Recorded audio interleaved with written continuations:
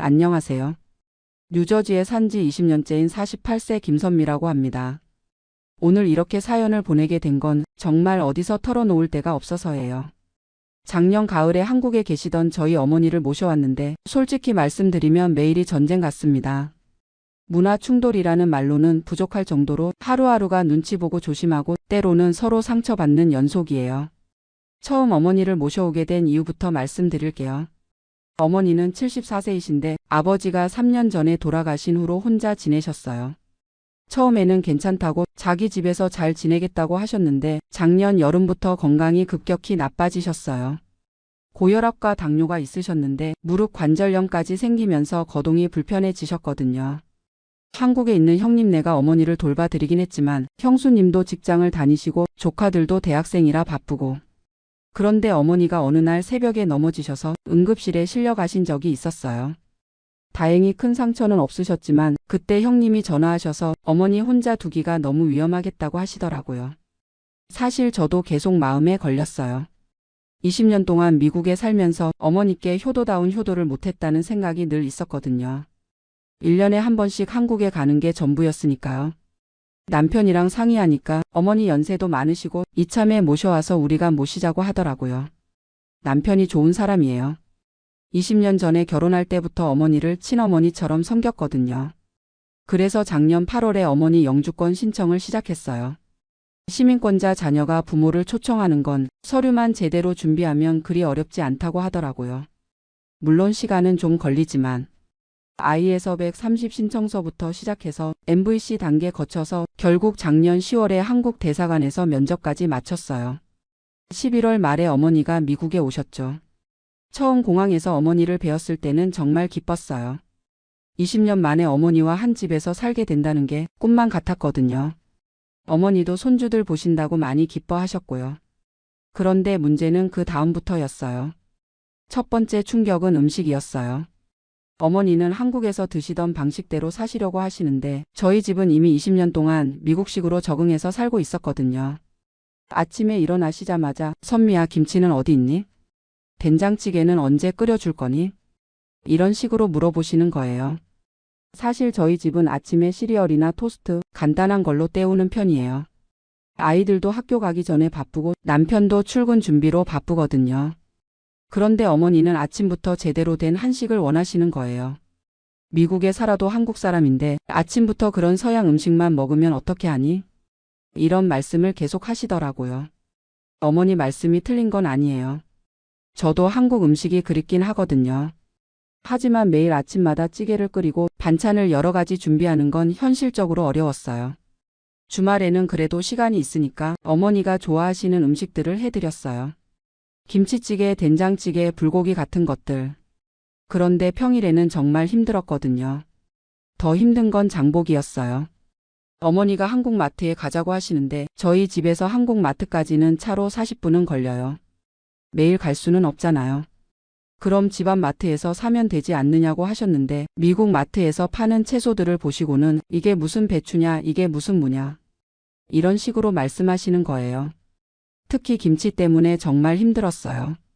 어머니는 집에서 김치를 담그시려고 하시는데 아파트에서 김치 냄새가 나면 이웃들이 싫어할까봐 걱정됐거든요. 실제로 옆집 사람이 복도에서 냄새 난다고 한번 말한 적도 있었고요. 그래서 시판 김치를 사드렸는데 이런 게 무슨 김치냐, 맛도 없고 짜기만 하다고 하시면서 결국 베란다에서 몰래 김치를 담그셨어요. 다행히 겨울이라 추워서 냄새가 많이 안 났지만 여름이 되면 어떻게 할지 걱정이에요.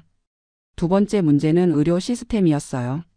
어머니가 고혈압약과 당뇨약을 드셔야 하는데 미국에서는 의사 처방전 없이는 약을 살 수 없잖아요.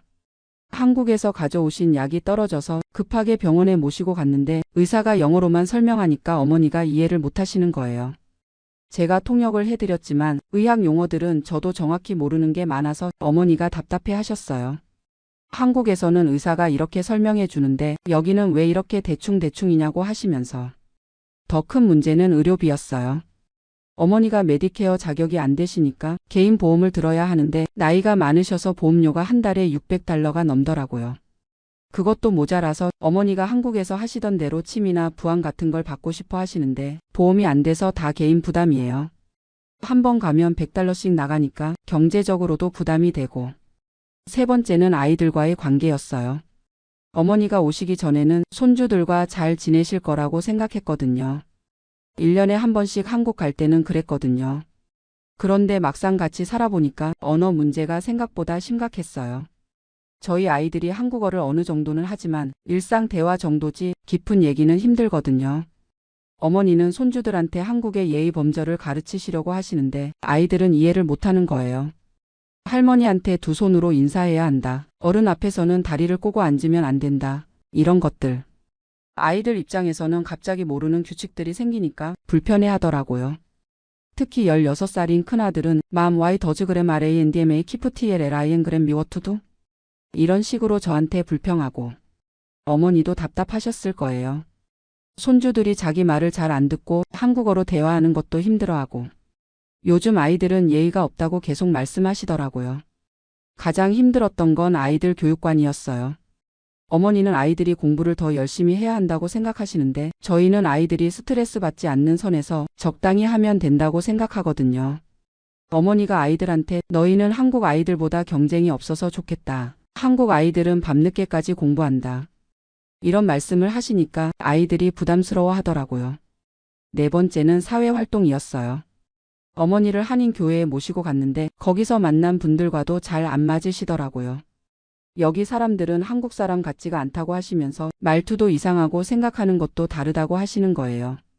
실제로 미국에 오래 산 한국 분들은 한국식 사고방식과 미국식 사고방식이 섞여 있잖아요. 어머니 입장에서는 그게 어색하셨을 거예요. 한인 시니어 센터에도 모시고 갔는데 거기서도 마찬가지였어요. 다른 할머니들과 대화하시다가 이 사람들은 미국에 너무 오래 살아서 한국을 잊었다고 하시더라고요. 그러면서 한국에 있을 때가 좋았다는 말씀을 자주 하시니까 저도 마음이 아팠어요. 어머니 좋으라고 모셔온 건데 오히려 스트레스만 드리는 것 같아서. 다섯 번째는 날씨와 환경이었어요. 뉴저지 겨울이 한국보다 춥잖아요. 어머니가 관절염이 있으셔서 추운 날씨에 더 아프다고 하시는 거예요. 그리고 어디 나가시려고 해도 차 없이는 갈 수 있는 데가 없으니까 답답해 하시더라고요. 한국에서는 지하철이나 버스 타고 어디든 갈 수 있었는데 여기서는 제가 데려다 드려야 하니까. 제가 아이들 학교 보내고 장 보고 집안일 하고 그 사이사이에 어머니 모시고 병원 가고 한인 마트 가고. 솔직히 말하면 하루 24시간이 부족해요. 가장 마음 아픈 건 어머니와 제가 서로 눈치를 보게 됐다는 거예요. 어머니는 제가 귀찮아한다고 생각하시는 것 같고 저는 어머니가 불편해 하신다는 걸 아니까 계속 조심하게 되더라고요. 예를 들어서 어머니가 텔레비전 보실 때 한국 드라마나 뉴스를 보고 싶어 하시는데 아이들은 영어 채널을 보고 싶어 하고. 거실이 하나뿐이니까 서로 양보해야 하는데 그런 작은 일들도 스트레스가 되더라고요. 음성 통화도 문제예요.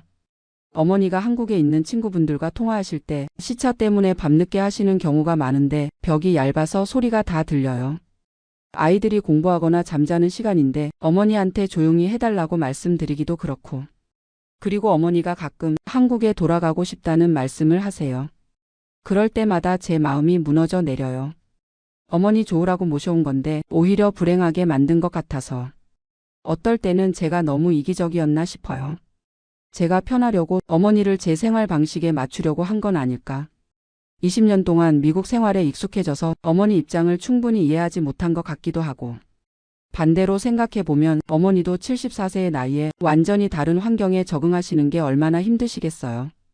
언어도 안 통하고 음식도 다르고 사람들도 다르고. 그래서 요즘은 어떻게 해야 할지 모르겠어요. 어머니를 한국에 다시 보내드릴 수는 없고 그렇다고 지금 상황이 계속되는 것도 힘들고. 남편이랑 상의해서 어머니 방을 따로 마련해 드리기로 했어요. 지금은 거실 소파를 침대로 쓰고 계시는데 그러니까 프라이버시도 없고 어머니도 불편하시고. 그래서 지하실을 개조해서 어머니만의 공간을 만들어 드리려고 해요. 작은 냉장고도 놓고 한국 음식 해 드실 수 있게 간이 주방도 만들고. 한국 텔레비전도 설치해 드리고. 비용이 2만 달러 정도 들 것 같은데 어머니가 편하게 지내실 수 있다면 그 정도는 감수해야죠. 그리고 한국어를 잘하는 간병인을 찾아보려고 해요. 일주일에 2에서 3번 정도 어머니와 한국말로 대화해드리고 병원 갈 때 통역도 해드리고. 제가 어머니와 24시간 붙어 있으니까 서로 스트레스가 더 심한 것 같아요. 어머니도 딸한테만 의존하시는 게 부담스러우실 것 같고 한인교회에서 어머니 또래 분들을 더 소개해 주기로 했어요. 한국에서 최근에 오신 분들 중에 어머니와 비슷한 상황인 분들이 계시더라고요. 그분들과 친해지시면 한국 얘기도 하시고 덜 외로우실 것 같아요. 아이들한테도 할머니에 대해 다시 설명해 줬어요. 할머니가 우리를 사랑해서 오신 거고 할머니 입장에서는 모든 게 어색하고 힘드시다고. 그러니까 할머니 말씀을 잘 들어야 한다고. 큰아들이 그러더라고요. Mom, I understand grandma and loves us, but it's hard for me too. 맞는 말이에요. 아이들도 갑자기 생활 패턴이 바뀌니까 힘들 거예요. 그래서 가족 회의를 했어요. 어머니도 함께 앉아서 각자 힘든 점들을 얘기해 보자고. 물론 제가 통역을 해가면서 어머니가 말씀하시길 나도 너희들 불편하게 하려고 온 게 아니다. 그런데 74년 동안 살아온 방식을 갑자기 바꾸기는 어렵다고. 특히 음식은 정말 힘들다.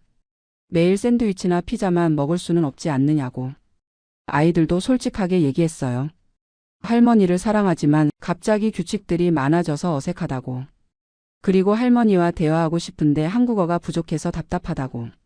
남편이 좋은 제안을 했어요. 가족 모두가 한국어 공부를 다시 시작하자고. 아이들은 한국어 실력을 늘리고 남편도 기초부터 다시 배우고.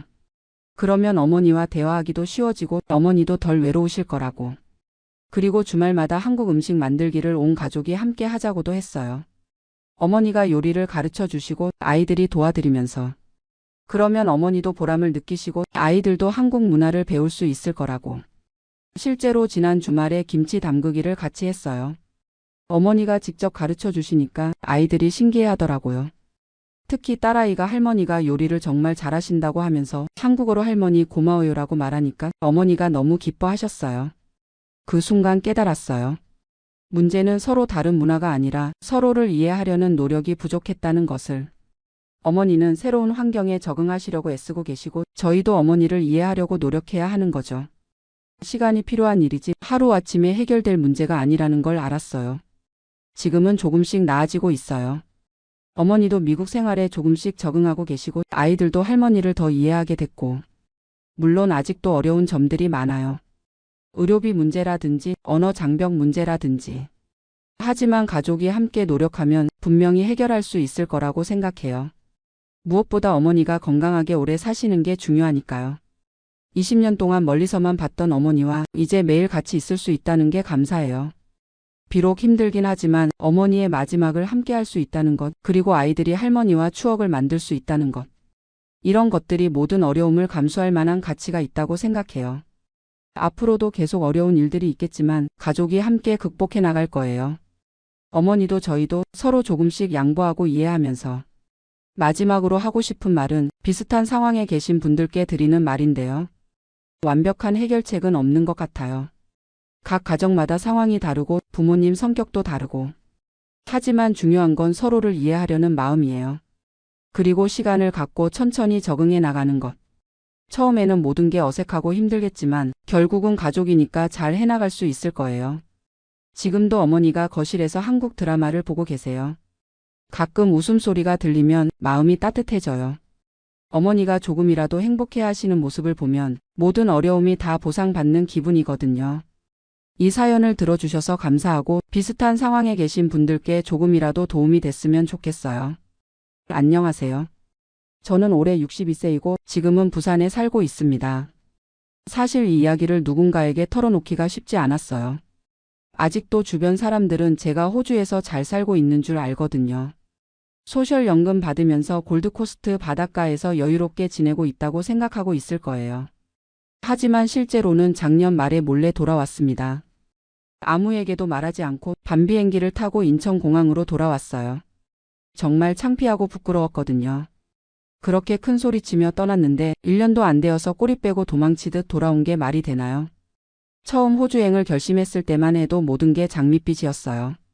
제가 30년 넘게 다닌 중견 제조업체에서 부장으로 정년퇴직을 하면서 받은 퇴직금이 1억 5천만 원, 그리고 국민연금 월 120만 원, 여기에 부산 연제구에 있던 34평 아파트를 팔아서 나온 돈이 8억 2천만 원이었거든요.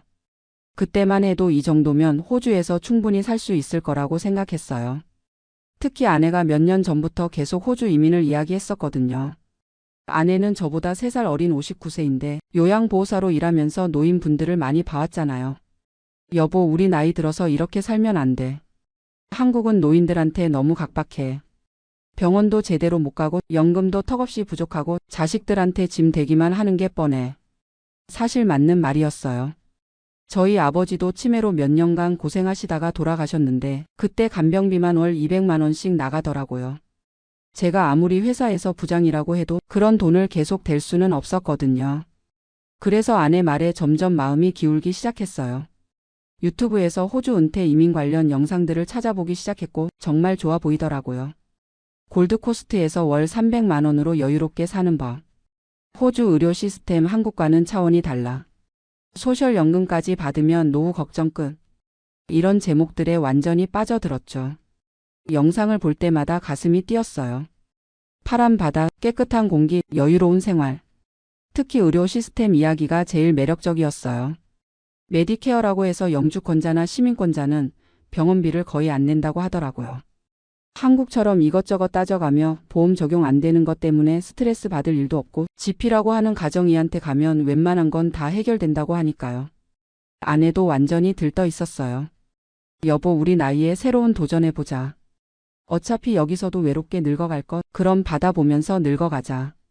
그렇게 해서 2022년 말부터 본격적으로 준비를 시작했어요. 투자 이민으로 가기로 했거든요. 호주 정부에서 일정 금액을 투자하면 영주권을 주는 제도였는데 저희 나이에는 그게 가장 확실한 방법이라고 하더라고요. 이민 컨설팅 업체를 통해서 모든 걸 진행했는데 정말 복잡하더라고요. 서류 준비하는 것만 해도 몇 개월이 걸렸어요. 건강검진, 경력증명, 재정증명, 범죄 경력 조회까지. 그리고 가장 중요한 건 투자금이었죠. 150만 호주 달러를 투자해야 한다고 하더라고요. 우리 돈으로 약 13억 원 정도였는데 아파트 판 돈에 퇴직금 그리고 그동안 모아둔 예금까지 다 털어서 겨우 마련했어요. 이게 마지막 기회야. 이번에 실패하면 정말 한국에서 쪼그라들며 살아야 해. 그런 각오로 모든 걸 걸었죠. 드디어 2023년 3월에 출국했어요. 인천공항에서 골드코스트행 비행기를 탈 때의 그 설렘을 지금도 잊을 수가 없어요. 이제 정말 새로운 인생이 시작이야. 골드코스트 공항에 도착했을 때 정말 영화 같더라고요. 3월이니까 호주는 가을이었는데 한국의 늦봄 같은 날씨였어요. 하늘은 파랗고 공기는 맑고 모든 게 완벽해 보였어요. 첫 한 달은 호텔에서 지내면서 집을 알아봤어요. 이민 컨설팅 업체에서 소개해준 부동산 에이전트와 함께 여러 집을 봤는데 정말 깔끔하고 좋더라고요. 결국 서퍼스 파라다이스에서 차로 15분 정도 떨어진 아파트를 렌트하기로 했어요. 2베드룸짜리였는데 발코니에서 바다가 보이고 수영장도 있고 체육관도 있는 그런 곳이었어요. 주당 렌트비가 650호주 달러였어요. 우리 돈으로 월 350만 원 정도였는데 그때는 한국에서 강남 아파트 월세보다 싸네라고 생각했어요. 첫 몇 개월은 정말 신혼여행 온 기분이었어요. 매일 바닷가 산책하고 쇼핑몰도 구경하고 골드코스트 곳곳을 돌아다니면서 구경했거든요. 정말 잘했다. 이런 곳에서 살 수 있다니. 아내도 완전히 들떠 있었어요. 매일 사진 찍어서 한국 친구들한테 보내고 호주 와서 완전 힐링하고 있어라면서 자랑하고 다녔거든요. 그런데 한 3개월쯤 지나니까 서서히 현실이 보이기 시작했어요. 가장 먼저 느낀 건 물가였어요. 장 보러 우로스나 콜스 같은 대형마트에 가면 정말 깜짝 놀랄 정도로 비싸더라고요. 사과 한 개가 2호주 달러, 우리 돈으로 1,300원이에요. 한국에서는 500원 정도 하는 걸 말이에요. 고기도 엄청 비쌌어요. 소고기 500g에 20호주 달러, 우리 돈으로 13,000원 정도였거든요. 그것도 한국처럼 먹기 좋게 썰어 놓은 게 아니라 덩어리째 파는 거라서 직접 썰어야 하고요. 그래서 한인마트를 찾아갔는데 거기는 더 비쌌어요. 한국 라면 한 봉지가 3호주 달러, 우리 돈으로 2,000원이에요. 김치는 작은 통 하나에 15호주 달러, 거의 1만 원이었어요. 아, 이렇게 살면 돈이 엄청 빨리 떨어지겠구나. 그때부터 계산기를 두드려 보기 시작했어요. 렌트비 월 350만 원, 생활비 월 400만 원 정도, 여기에 각종 공과금이나 기타 비용까지 하면 월 800만 원은 좋게 나가더라고요. 그런데 수입은 없잖아요. 투자 이민으로 온 거라서 일도 할 수 없고 그냥 가지고 온 돈 까먹으며 살아야 하는 거였어요. 이러면 5년도 못 버틴다. 그 계산이 나오니까 갑자기 등골이 서늘해지더라고요. 두 번째 문제는 언어였어요. 저는 회사에서 해외 업무도 좀 하고 그래서 영어를 어느 정도는 할 줄 안다고 생각했거든요. 하지만 일상생활 영어는 완전히 달랐어요. 은행에 가서 계좌 개설하는 것부터 막히더라고요. 직원이 뭐라고 하는지 절반도 못 알아듣겠어요. 특히 호주 영어는 억양이 독특해서 더 어려웠고요. 병원 가는 것도 스트레스였어요. GP한테 가서 증상 설명하는 게 이렇게 어려울 줄 몰랐거든요. 배가 아프다라고 말하려고 해도 정확히 어디가 어떻게 아픈지 설명하기가 쉽지 않더라고요. 아내는 저보다 더 심했어요. 아예 영어를 못하거든요. 그래서 어디를 가든 제가 다 통역해줘야 했어요. 마트에서 직원한테 뭔가 물어보는 것도 택시 타고 가는 것도 모든 게 제 몫이었죠. 여보 미안해. 내가 영어를 좀 배워야겠어. 아내가 미안해하는 모습을 보니까 더 안쓰럽더라고요. 세 번째 문제는 외로움이었어요. 처음에는 새로운 환경이 신기해서 괜찮았는데 시간이 지날수록 사람이 그리워지더라고요. 한국에서는 회사 동료들도 있었고 동네 사람들과도 인사하고 지냈는데 여기서는 정말 아무도 모르겠어요. 한인 커뮤니티도 찾아가 봤어요. 골드코스트 한인회 같은 데 나가서 사람들을 만나려고 했는데 뭔가 어색하더라고요. 대부분 젊은 사람들이나 아이가 있는 가족들이었고 저희 같은 은퇴 부부는 별로 없었어요. 그리고 한인 커뮤니티 내에서도 묘한 계급이 있더라고요. 의사나 변호사 같은 전문직, 성공한 사업가들은 한 그룹이고 저희 같은 일반인들은 또 다른 그룹이고 우리는 여기서도 외톨이구나. 그런 생각이 들면서 점점 더 위축되기 시작했어요. 네 번째 문제는 의료 시스템이었어요. 유튜브에서 봤을 때는 정말 좋아 보였는데 실제로는 완전히 달랐어요.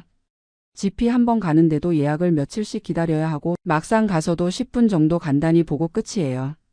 한국처럼 자세히 검사해 주거나 그런 건 없어요. 어느 날 아내가 갑자기 속이 너무 아프다고 해서 GP한테 갔는데 의사가 스트레스 때문일 거다. 집에 가서 쉬어라라고만 하더라고요. 검사라도 좀 해달라고 했더니 일단 2주 기다려보고 안 좋아지면 다시 와라라고 하는 거예요.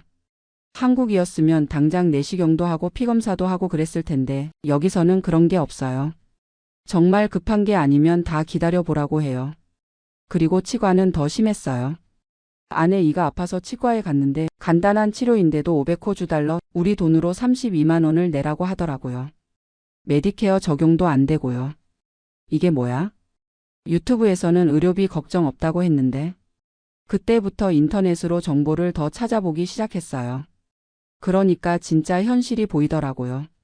메디케어가 적용되는 건 기본적인 것들 뿐이고 치과, 안과, 물리치료 이런 건 다 별도 비용이에요. 그리고 GP도 병원마다 다른데 좋은 의사들은 메디케어 외에 추가 비용을 받더라고요. 우리가 완전히 속았구나. 다섯 번째 문제는 일상생활의 불편함이었어요. 한국에서는 모든 게 빠르고 편리했는데 여기서는 모든 게 느리고 복잡해요. 은행 업무 하나 보려고 해도 한참 기다려야 하고 인터넷 설치하는 것도 2주씩 걸리고 배달 음식 시켜도 1시간씩 걸려요. 그리고 대중교통이 너무 불편해요. 트램이 있긴 한데 노선이 한정적이고 조금만 벗어나면 택시를 타야 하는데 택시비가 엄청 비싸요. 10분 거리를 가는데도 30호주 달러, 우리 돈으로 2만 원 정도 나와요.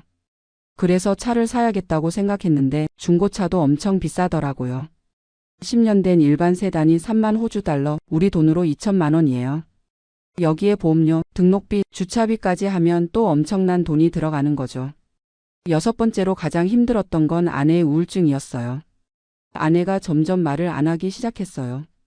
하루 종일 아파트에 혼자 있으면서 한국 드라마만 보고 밖에 나가자고 해도 피곤하다, 귀찮다라고만 하더라고요. 여보 괜찮아? 뭔가 문제 있어? 아니야. 그냥 좀 적응이 안 되는 것 같아. 하지만 보기에도 아내가 많이 힘들어하는 게 느껴졌어요. 한국에서는 그래도 친구들도 있었고 요양보호사 일도 하면서 보람도 느꼈는데 여기서는 정말 할 일이 없거든요. 영어도 못하니까 사람들과 대화도 못하고 그냥 저만 바라보고 살아야 하는 상황이었어요. 내가 아내를 불행하게 만들고 있구나. 그 생각이 들면서 저도 점점 우울해지기 시작했어요. 일곱 번째 문제는 미래에 대한 불안이었어요. 돈은 계속 나가는데 들어오는 건 없고 나이는 먹어가는데 언어는 늘지 않고 친구는 사귀기 어렵고 의료 시스템은 불안하고 이렇게 살다가 진짜 돈 다 떨어지면 어떻게 하지? 나이 70 넘어서 다시 한국 가서 뭘 할 수 있을까? 그런 생각들이 밤마다 저를 괴롭혔어요. 한국에 있는 아들에게 전화해 봤어요. 아들은 서울에서 직장을 다니고 있는데 아빠 어때? 호주 생활 재밌어? 라고 물어보더라고요. 응, 좋아. 바다도 보고 공기도 좋고. 거짓말을 할 수밖에 없었어요. 아들 앞에서 실패했다, 돌아가고 싶다라고 말할 수는 없었거든요. 그런데 아들이 이런 말을 하더라고요. 아빠, 솔직히 처음에는 갑자기 호주 간다고 해서 걱정했어. 하지만 아빠가 행복하면 되는 거지. 나중에 나이 드시면 한국으로 다시 오셔도 되고. 아들의 그 말을 듣는 순간 눈물이 나더라고요. 아들은 저를 걱정해 주는데 정작 저는 여기서 매일 후회하고 있었거든요. 결정적인 계기는 아내가 쓰러진 사건이었어요. 작년 11월 어느 날 아내가 갑자기 가슴이 아프다면서 쓰러졌거든요. 급하게 구급차를 불렀는데 응급실에서 몇 시간을 기다려야 했어요. 다행히 큰 문제는 아니었지만 스트레스성 가슴 통증이라고 하더라고요. 그때 의사가 저한테 이런 말을 했어요. 환자분이 많이 스트레스를 받고 계신 것 같습니다. 혹시 최근에 큰 변화가 있었나요? 영어로 설명하기도 어려웠지만 이민 와서 적응이 어렵다고 했더니 의사가 고개를 끄덕이더라고요. 많은 이민자들이 겪는 일입니다. 상담을 받아보시는 것도 좋을 것 같네요. 그날 밤 병원에서 돌아와서 아내와 진지하게 이야기했어요. 여보, 우리 정말 솔직하게 이야기해보자. 여기서 계속 살고 싶어? 아내가 한참 동안 말이 없더니 조용히 고개를 저었어요. 나도 힘들어. 매일 감옥에 갇혀 있는 기분이야. 아무하고도 말할 수 없고 갈 곳도 없고 할 일도 없고. 그럼 우리 한국으로 돌아갈까? 하지만 돈은 어떻게 해? 집도 팔았는데. 돈은 나중에 생각하자. 일단 우리 건강이 먼저야. 그렇게 해서 한국행을 결정했어요. 하지만 문제는 체면이었어요. 그렇게 큰 소리치며 호주 갔다가 1년도 안 되어서 돌아온다는 걸 어떻게 말해요? 실패했다고 인정하기가 너무 부끄러워. 그래서 아무한테도 말하지 않고 돌아오기로 했어요. 한국에 있는 친구들이나 친척들한테는 아직도 호주에 있다고 생각하고 있어요. 작년 12월 말 정말 조용히 짐을 쌌어요. 가져온 짐의 절반도 못 가져가고 나머지는 다 버리거나 한인들한테 나눠줬어요. 공항에 가는 택시 안에서 아내가 울더라고요. 미안해. 내가 호주 가자고 해서. 아니야. 우리 둘 다 결정한 거야. 실패한 것도 우리 둘 다 책임져야 하는 거고. 인천공항에 도착했을 때 정말 복잡한 심정이었어요. 안도감도 있었지만 동시에 패배감도 컸거든요. 내가 뭘 한 걸까? 10억 넘는 돈을 날리고 1년을 허비하고. 한국에 와서 가장 먼저 한 일은 임시 거처를 구하는 거였어요.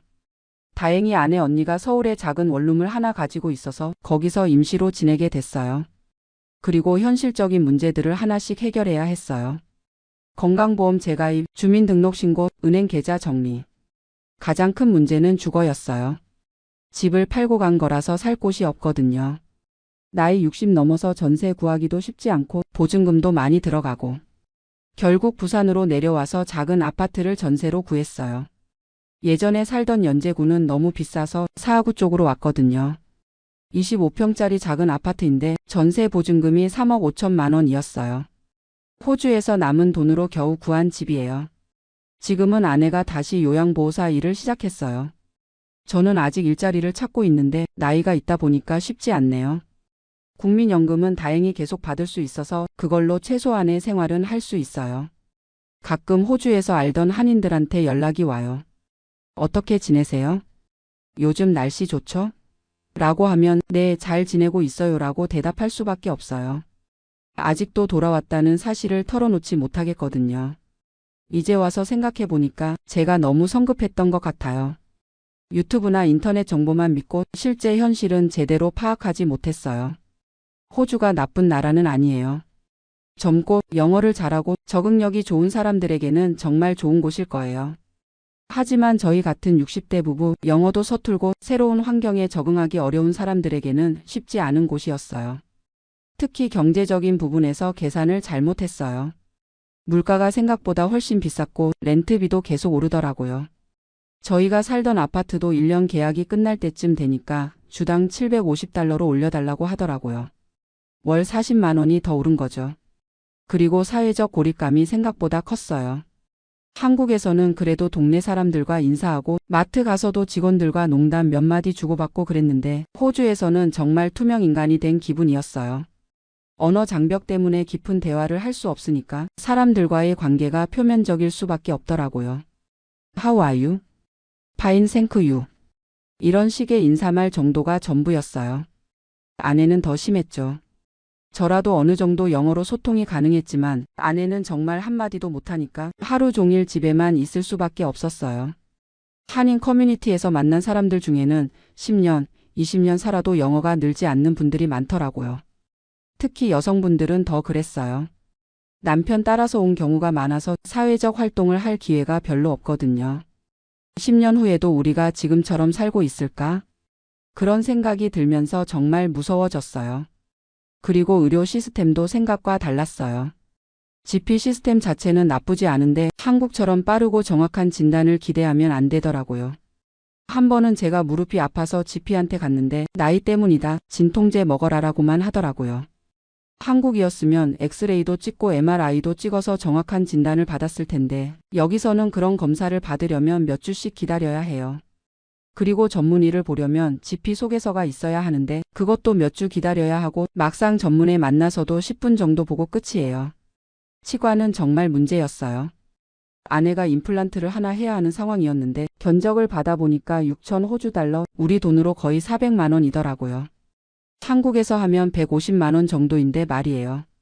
이러다가 치료비로 돈 다 날리겠다. 그런 걱정이 계속 들었어요. 사실 호주에서 만난 한인들 중에도 비슷한 고민을 하는 분들이 많았어요. 특히 은퇴 후에 온 분들은 거의 다 똑같은 어려움을 겪고 있더라고요. 어떤 분은 저희보다 2년 먼저 오셨는데 처음 6개월은 천국이었는데 그 다음 6개월은 지옥이었다라고 하시더라고요. 지금은 어떠세요? 그냥 참고 산다. 이제 와서 한국 가기도 그렇고 여기서 죽을 때까지 버텨야지. 그분 말씀을 들으면서 나도 10년 후에 저런 말을 하고 있을까? 정말 무서웠어요. 돌아오기로 결심한 결정적인 계기는 크리스마스 때였어요. 호주는 여름이라서 크리스마스가 좀 다르더라고요. 바닷가에서 바비큐 파티를 하는 사람들도 많고 나름 즐거운 분위기였는데 저희는 아파트에서 둘이서만 쓸쓸하게 보냈어요. 한국에 있는 아들한테 영상통화를 했는데 아들이 아빠 엄마 내년 크리스마스는 같이 보내요라고 하더라고요. 그 순간 눈물이 핑 돌았어요. 아들이 우리를 그리워하고 있구나. 그리고 문득 이런 생각이 들었어요. 내가 뭘 위해서 여기 있지? 돈 때문에? 체면 때문에? 정작 중요한 건 가족인데.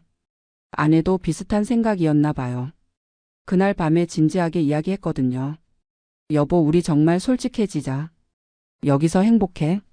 아니야. 하루하루가 힘들어. 나도 그래. 매일 후회만 하고 있어. 그럼 돌아가자.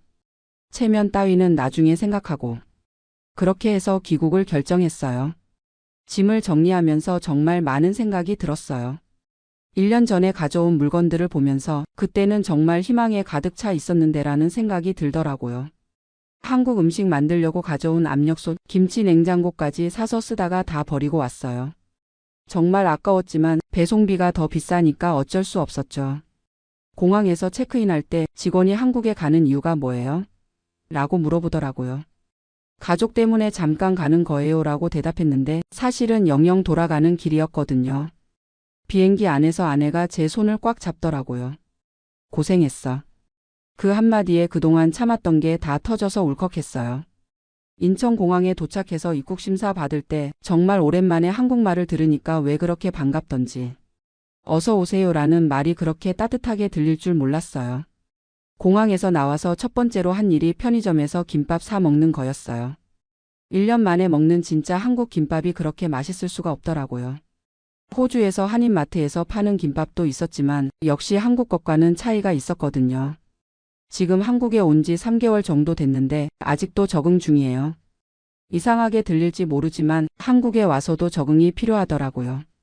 1년 동안 다른 나라에서 살다가 오니까 한국의 빨라진 변화가 낯설기도 하고 키오스크나 QR코드 같은 것들도 익숙하지 않고요. 하지만 그래도 여기가 제 나라구나 하는 느낌이 들어요. 말이 통하고 문화가 익숙하고 사람들의 정서를 이해할 수 있으니까요. 경제적으로는 많이 어려워졌어요. 호주에서 썼던 돈도 그렇고 집 구하는 데 들어간 돈도 그렇고 예상보다 훨씬 많은 돈이 들어갔거든요. 원래 가지고 있던 자산의 절반 정도는 날린 것 같아요. 하지만 그래도 건강을 잃거나 가족을 잃은 건 아니니까 다시 시작할 수 있다고 생각해요. 요즘은 구청에서 하는 노인 일자리 사업도 알아보고 있고 아내도 예전 직장에서 다시 일할 수 있게 됐어요.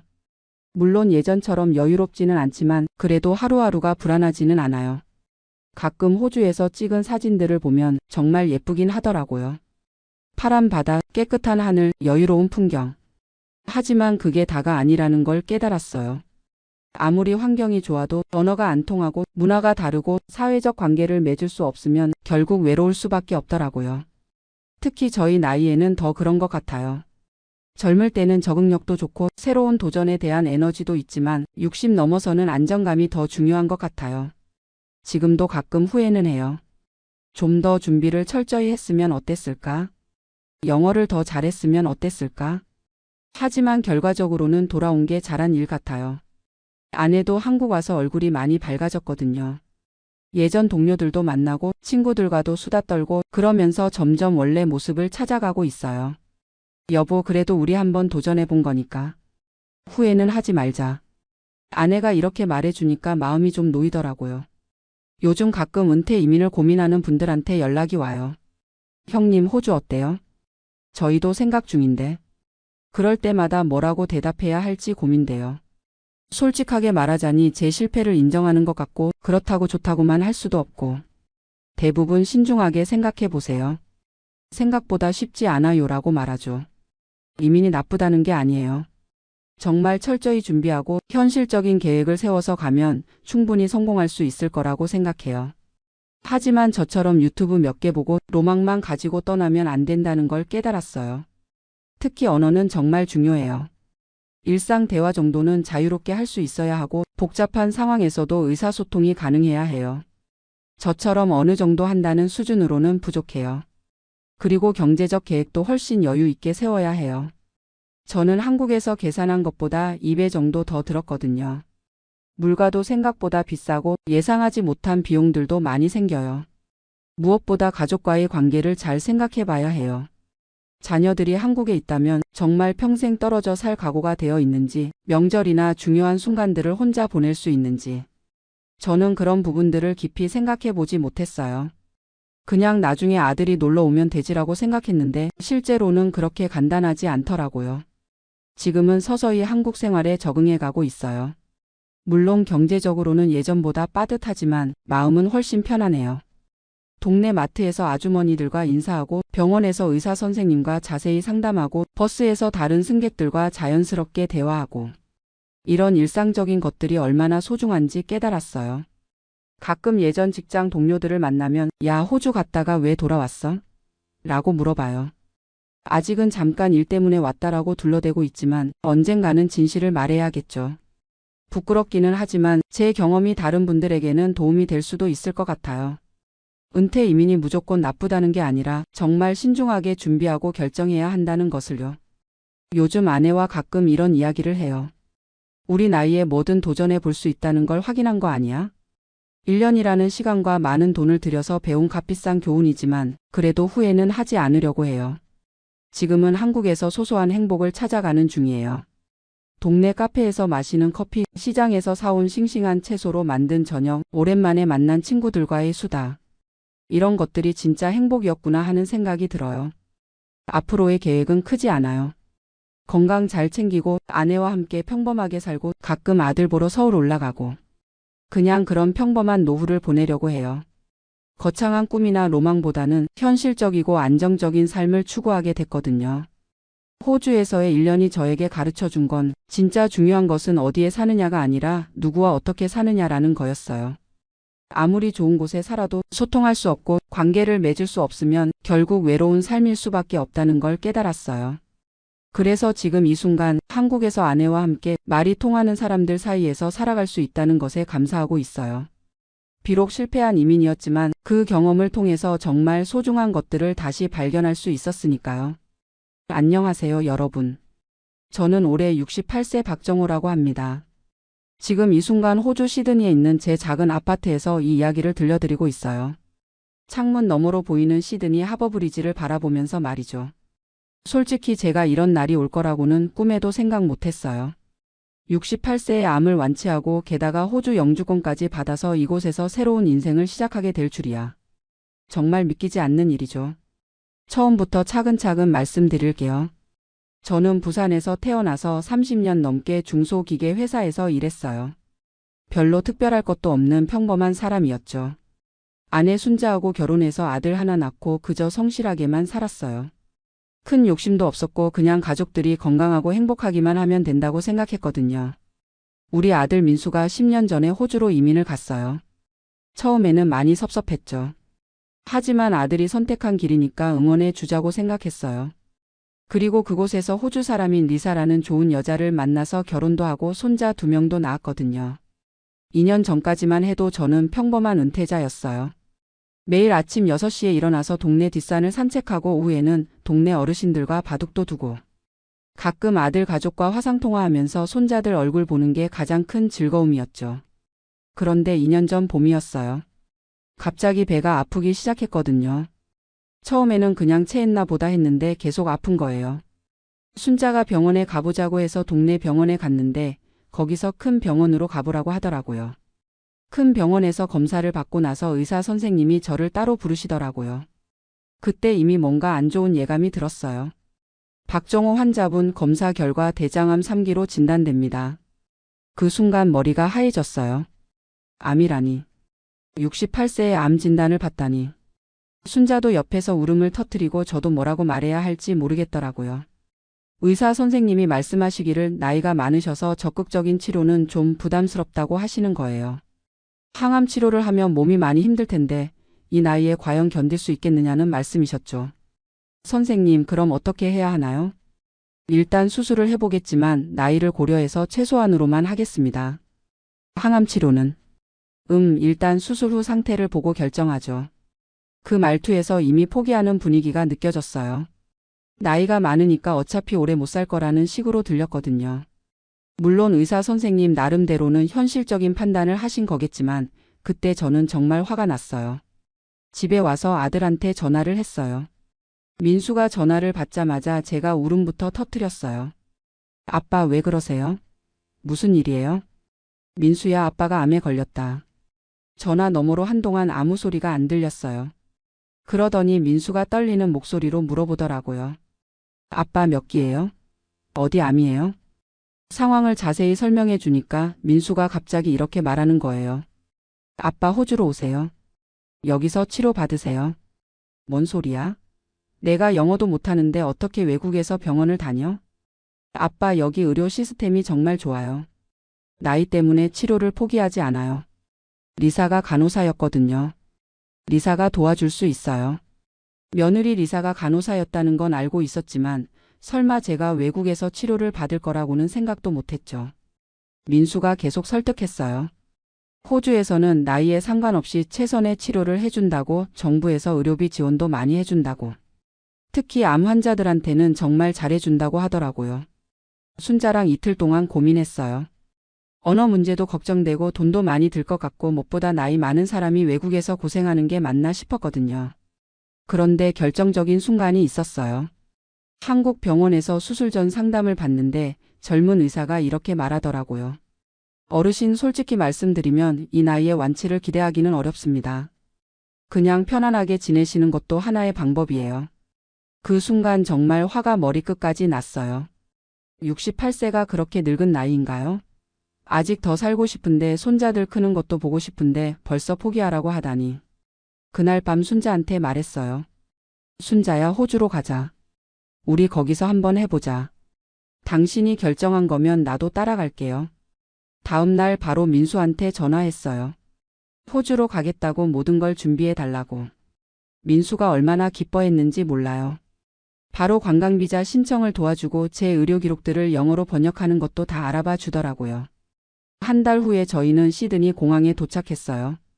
10시간 넘는 비행기 여행이 힘들긴 했지만 아들과 며느리 그리고 손자들이 마중 나와서 반겨주니까 용기가 났어요.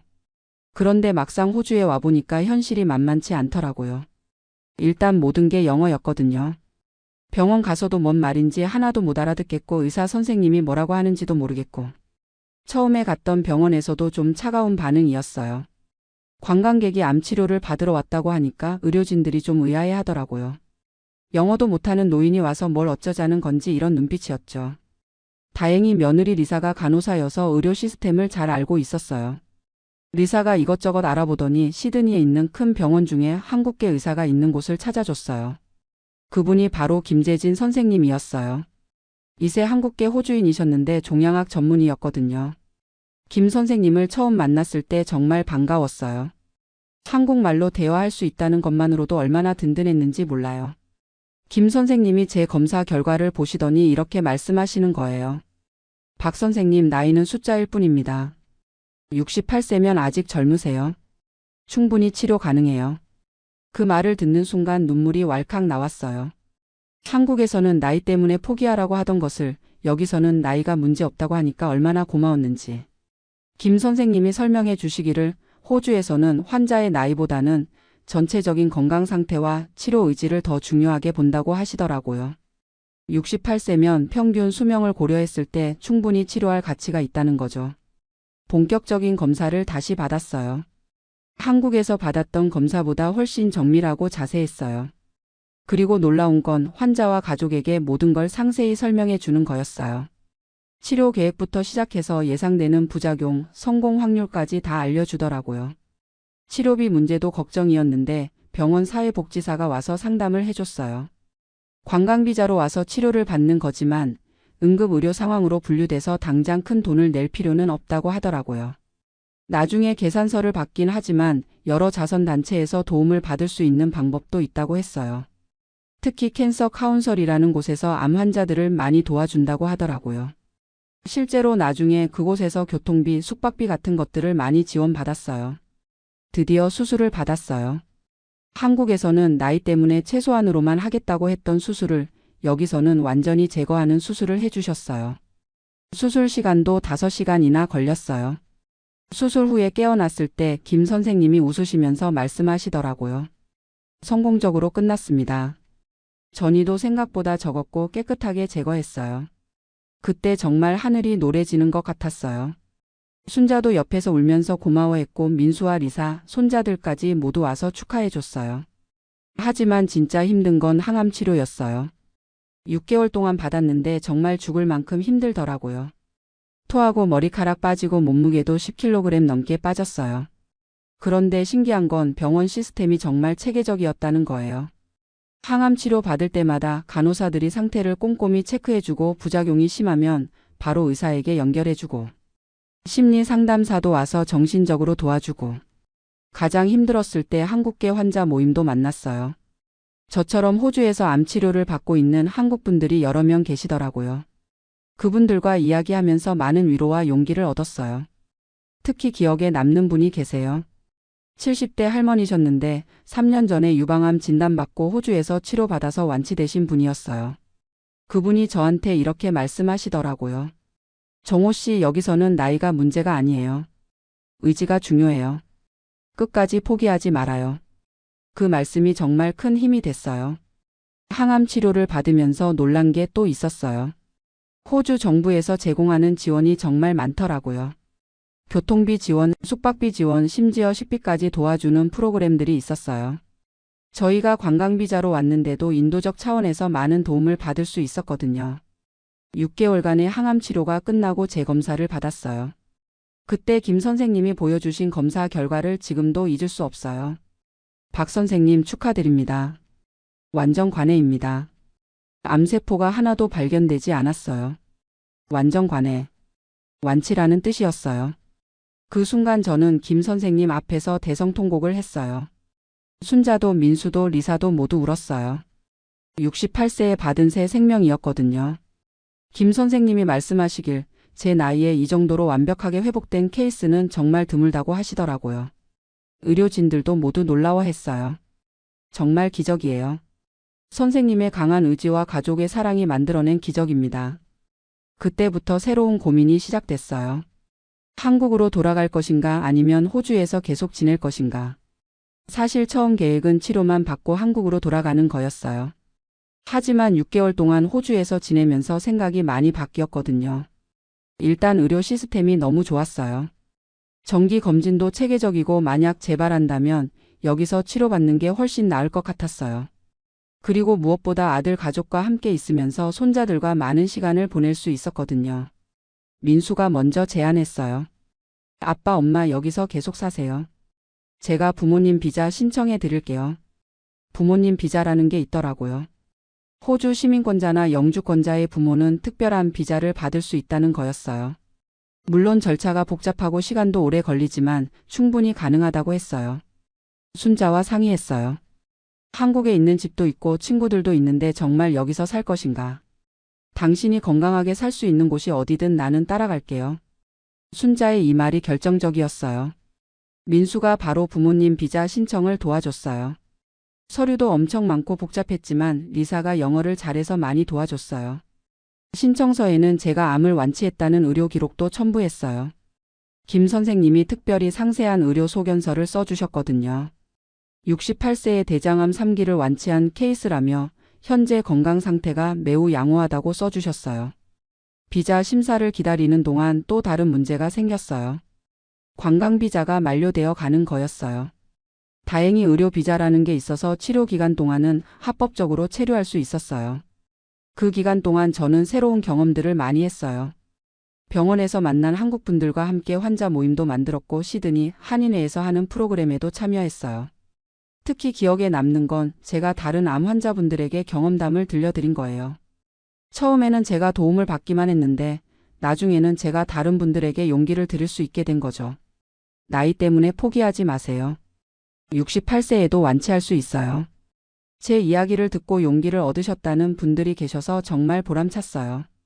1년 반을 기다렸어요. 그러다가 드디어 연락이 왔어요. 부모님 비자가 승인됐다는 거였어요. 그날 민수가 전화로 알려줬을 때 저는 또 울었어요. 68세의 암을 이겨내고 이제 호주 영주권까지 받게 된 거예요. 이민성에서 비자를 받으러 갔을 때 담당자가 이렇게 말하더라고요. 미스터 파크 칸그레 말 ATUL ATIONS YOUR이 now a permanent resident of AUSTRLI요. 영어는 잘 못 알아듣지만 그 의미는 정확히 알 수 있었어요. 이제 저는 호주 영주권자가 된 거였어요. 첫 번째 영주권 카드를 받았을 때 정말 감격스러웠어요. 68세의 새로운 나라의 영주권자가 되다니 꿈 같은 일이었죠. 지금은 호주에서 정착한 지 2년이 넘었어요. 매달 정기 검진을 받고 있는데 계속 좋은 결과가 나오고 있어요. 김 선생님이 5년만 더 이 상태를 유지하면 완전히 완치됐다고 볼 수 있다고 하시더라고요. 호주 생활도 많이 적응했어요. 영어는 아직도 서툴지만 기본적인 대화는 할 수 있게 됐어요. 손자들이 영어 선생님이 되어줘서 조금씩 늘고 있거든요. 메더케어 카드도 받았어요. 이제 정기 검진이나 병원비 걱정을 안 해도 돼요. 정말 든든한 시스템이에요. 요즘은 시드니 한인회에서 하는 노인 프로그램에도 참여하고 있어요. 저처럼 나이 드신 분들과 함께 운동도 하고 여행도 다니고 봉사활동도 해요. 특히 제가 요즘 하는 일이 있어요. 암 진단을 받고 절망하고 계신 한인 분들에게 제 경험담을 들려드리는 거예요. 나이 때문에 포기하려는 분들께 희망을 드리고 싶거든요. 얼마 전에도 75세 할아버지가 위암 진단을 받고 치료를 포기하려고 하시는 걸 말렸어요. 할아버지 나이는 핑계예요. 75세도 충분히 젊어요. 저는 68세에 대장암 3기를 완치했어요. 그분이 결국 치료를 받기로 결심하시더라고요. 지금은 항암 치료를 받고 계시는데 상태가 많이 좋아지셨어요. 이런 일들을 하면서 제가 왜 이 힘든 과정을 겪었는지 이해가 되더라고요. 저 혼자만 살아남기 위해서가 아니라 다른 분들에게도 희망을 주기 위해서였나 봐요. 순자도 호주 생활에 잘 적응했어요. 리사가 정말 좋은 며느리거든요. 시어머니를 친어머니처럼 모셔줘요. 언어가 달라도 마음은 통하더라고요. 손자들도 할아버지 할머니와 함께 살게 돼서 좋아해요. 저는 손자들에게 한국어를 가르쳐주고 손자들은 저에게 영어를 가르쳐줘요. 서로 선생님이 되어주는 거죠. 큰 손자가 이번에 고등학교에 입학했는데 친구들에게 할아버지 자랑을 한다고 하더라고요. 우리 할아버지는 68세에 암을 이기고 호주 영주권도 받으신 슈퍼 할아버지야. 그 말을 들었을 때 정말 뿌듯했어요. 민수도 정말 효자예요. 처음에는 부모님을 호주로 모시는 게 부담스러웠을 텐데 한 번도 그런 내색을 안 하더라고요. 오히려 자기가 부모님과 함께 살 수 있어서 행복하다고 해요. 가끔 한국 친구들과 화상통화를 해요. 다들 부러워해요. 호주에서 암도 완치하고 영주권도 받았다고 하니까 정말 부럽다고 하더라고요. 그런데 저는 이게 운이 좋아서만 된 건 아니라고 생각해요. 물론 운도 따랐지만 무엇보다 포기하지 않았던 게 중요했어요. 68세라는 나이 때문에 치료를 포기하라고 했을 때 저는 포기하지 않았어요. 언어가 안 통하고 낯선 나라였지만 도전했어요. 가족들도 모두 함께 힘을 모아줬고요. 그리고 호주라는 나라의 시스템도 정말 감사해요. 나이나 국적에 상관없이 최선의 치료를 해주고 환자를 한 명의 인간으로 존중해주는 문화가 있거든요. 김 선생님 같은 좋은 의사분들도 만났고 병원 직원들도 모두 친절했어요. 처음에는 관광객이 암 치료를 받으러 왔다고 의아해했지만 나중에는 모두 응원해줬어요. 지금 제가 받는 정기검진에서도 의료진들이 저를 미러컬 페이션트라고 불러요. 기적의 환자라는 뜻이죠. 68세의 대장암 3기를 완치하고 이렇게 건강하게 지내는 케이스가 정말 드물다고 하더라고요. 앞으로의 계획도 있어요. 일단 건강을 유지하는 게 가장 중요하죠. 5년 후에 완전 완치 판정을 받는 게 목표예요. 그리고 더 많은 분들에게 희망을 드리고 싶어요. 나이 때문에 환경 때문에 포기하려는 분들께 제 이야기를 들려드리고 싶거든요. 호주 시민권도 신청할 생각이에요. 영주권을 받은 지 4년이 지나면 시민권 신청 자격이 생겨요. 그때까지 영어 공부도 더 열심히 하고 호주 사회에 더 많이 기여하고 싶어요. 손자들이 대학 갈 때까지는 꼭 건강하게 지켜보고 싶어요. 그리고 증손자도 보고 싶고요. 가끔 제가 정말 운이 좋았다고 생각해요. 좋은 아들, 좋은 며느리를 두었고 좋은 의사를 만났고 좋은 나라에서 치료받을 수 있었거든요. 하지만 무엇보다 중요한 건 포기하지 않는 마음이었어요. 나이가 많다고 환경이 어렵다고 미리 포기하면 안 돼요. 끝까지 노력하면 길이 보여요. 지금도 가끔 한국에서 암 진단을 받고 절망하고 계신 분들에게서 연락이 와요. 제 이야기를 듣고 용기를 얻고 싶다고 하시는 거죠. 그런 분들께 항상 이렇게 말씀드려요. 나이는 숫자일 뿐입니다. 포기하지 마세요. 68세에도 새로운 시작이 가능해요. 정말 그래요. 저는 68세의 암을 이겨내고 새로운 나라에서 새로운 인생을 시작했어요. 불가능해 보였던 일들이 하나씩 현실이 됐거든요. 물론 쉽지 않았어요. 언어 장벽도 있었고 경제적 부담도 컸고 무엇보다 두려움이 컸어요. 하지만 가족들과 함께 하나씩 극복해 나갔어요. 지금 이 순간도 어디선가 절망하고 계신 분들이 계실 거예요. 나이 때문에, 경제적 문제 때문에, 환경 때문에 포기하려는 분들 말이에요. 그런 분들께 제 이야기가 조금이라도 도움이 됐으면 좋겠어요. 68세에도 기적은 일어날 수 있어요. 포기하지 않는 한 희망은 있어요. 저는 이제 70세가 되면 호주 시민권을 받을 예정이에요. 그리고 더 많은 분들에게 희망을 전해드리고 싶어요. 나이는 정말 숫자일 뿐이에요. 중요한 건 마음가짐이에요. 새로운 도전을 두려워하지 말고 가족과 함께 힘을 모으면 어떤 어려움도 이겨낼 수 있어요. 저는 68세에 받은 새 생명을 소중히 여기며 앞으로도 감사한 마음으로 하루하루를 살아갈 거예요. 여러분도 어떤 어려움에 처해 계시더라도 포기하지 마세요. 끝까지 노력하면 반드시 길이 열려요. 감사합니다. 한국에서 의대 포기하고 미국서 게임 개발자 된 29세가 부모님께 드리는 말. 안녕하세요. 저는 현재 미국 실리콘밸리에서 게임 개발자로 일하고 있는 김준호라고 합니다. 29살이고요. 아마 제 이야기를 들으시는 분들 중에는 한국에 계신 부모님과 비슷한 상황을 겪고 계신 분들이 많으실 것 같아요. 오늘 이렇게 제 이야기를 털어놓는 이유는 단 하나입니다. 한국에 계신 우리 부모님께 제가 지금 얼마나 행복하고 얼마나 감사한 마음으로 살고 있는지 전하고 싶어서예요. 그리고 저와 같은 선택을 고민하고 계신 분들께도 조금이나마 도움이 되었으면 하는 마음으로 이 자리에 서게 되었습니다. 지금 저는 구글 본사에서 차로 15분 거리에 있는 작은 게임 회사에서 모바일 게임을 개발하고 있습니다. 연봉은 하나로 약 2억 3천만 원 정도 받고 있고요. 무엇보다 제가 좋아하는 일을 하면서도 경제적으로 안정된 삶을 살고 있다는 게 가장 큰 행복입니다. 하지만 여기까지 오는 길이 결코 쉽지만은 않았어요. 특히 부모님과의 관계에서 겪었던 갈등과 아픔들이 지금도 가슴 한켠에 남아 있거든요. 오늘은 그 이야기를 차근차근 들려드리려고 합니다. 의대생이었던 시절. 6년 전 저는 대구에 있는 한 국립대학교 의과대학 2학년 학생이었습니다. 부모님께서는 정말 자랑스러워 하셨어요. 아버지는 평생 중소기업 공장에서 일하시는 평범한 직장인이셨고 어머니는 동네 슈퍼를 운영하시면서 저희 3남매를 키워주셨거든요.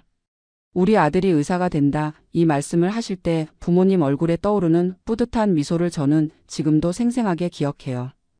친척 모임에서도 동네 분들과 대화할 때도 항상 우리 큰아들이 의대 다녀라고 자랑스럽게 이야기하시는 모습을 보면서 저도 뿌듯했던 기억이 나네요. 하지만 의대에 다니면서 점점 제가 정말 의사가 되고 싶은 건지에 대한 의문이 들기 시작했어요. 다른 친구들은 해부학 시간에 열정적으로 공부하고 임상 실습을 나가서도 정말 즐거워하는데 저는 왠지 마음이 무거웠어요. 특히 기억에 남는 건 1학년 말 겨울방학 때였어요. 집에서 컴퓨터로 간단한 게임을 만들어 보는 걸 취미로 하고 있었는데 정말 시간 가는 줄 모르고 코딩에 빠져 있었거든요. 파이썬으로 간단한 퍼즐 게임을 만들어서 친구들에게 보여줬더니 다들 너무 재미있어 했어요.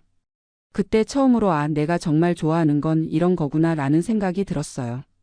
의학 교과서를 읽을 때는 졸음이 쏟아졌는데 프로그래밍 관련 책을 읽을 때는 밤을 새워도 전혀 피곤하지 않았거든요. 하지만 부모님께는 도저히 말씀드릴 수가 없었어요.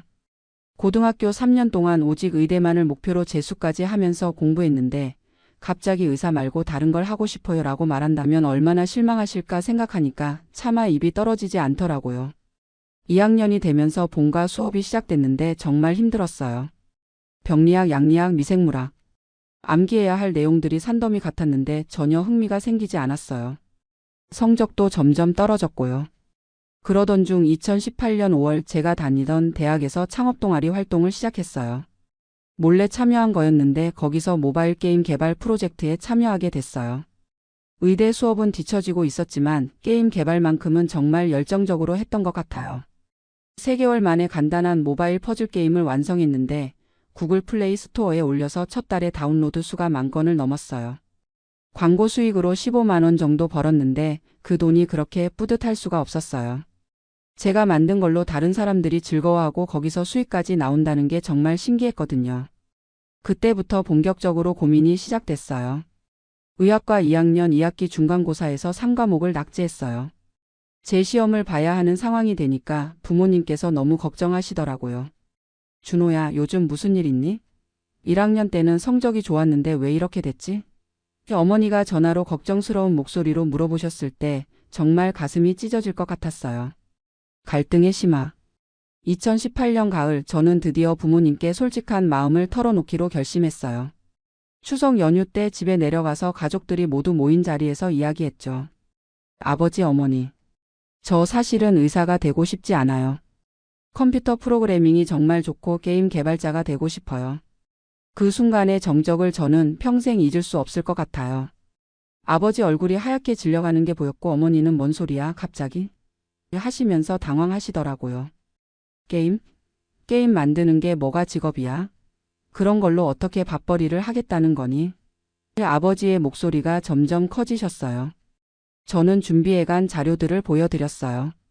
한국 게임 업계 규모, 게임 개발자 연봉 수준, 제가 만든 게임 다운로드 수 같은 것들 말이에요. 하지만 부모님께서는 전혀 들으려 하지 않으셨어요. 다른 집 아이들은 의대 다니는 걸 얼마나 감사해야 하는데 너는 정신이 나갔니? 의사만큼 안정적이고 존경받는 직업이 어디 있어? 어머니가 울먹이시면서 말씀하셨어요. 지금까지 너 의대 보내려고 우리가 얼마나 고생했는데. 재수할 때도 학원비, 생활비 얼마나 들었는지 알아? 그런데 지금 와서 갑자기 딴 걸 하겠다고? 아버지도 목소리를 높이셨고요. 정말 마음이 아팠어요. 부모님이 저를 위해 희생하신 것들을 모르는 건 아니었거든요. 하지만 제가 정말 행복하게 살 수 있는 길이 따로 있다는 것도 확신했어요. 그날 밤 가족회의 같은 게 열렸어요. 할아버지, 할머니까지 오셔서 의대 그만두면 안 된다.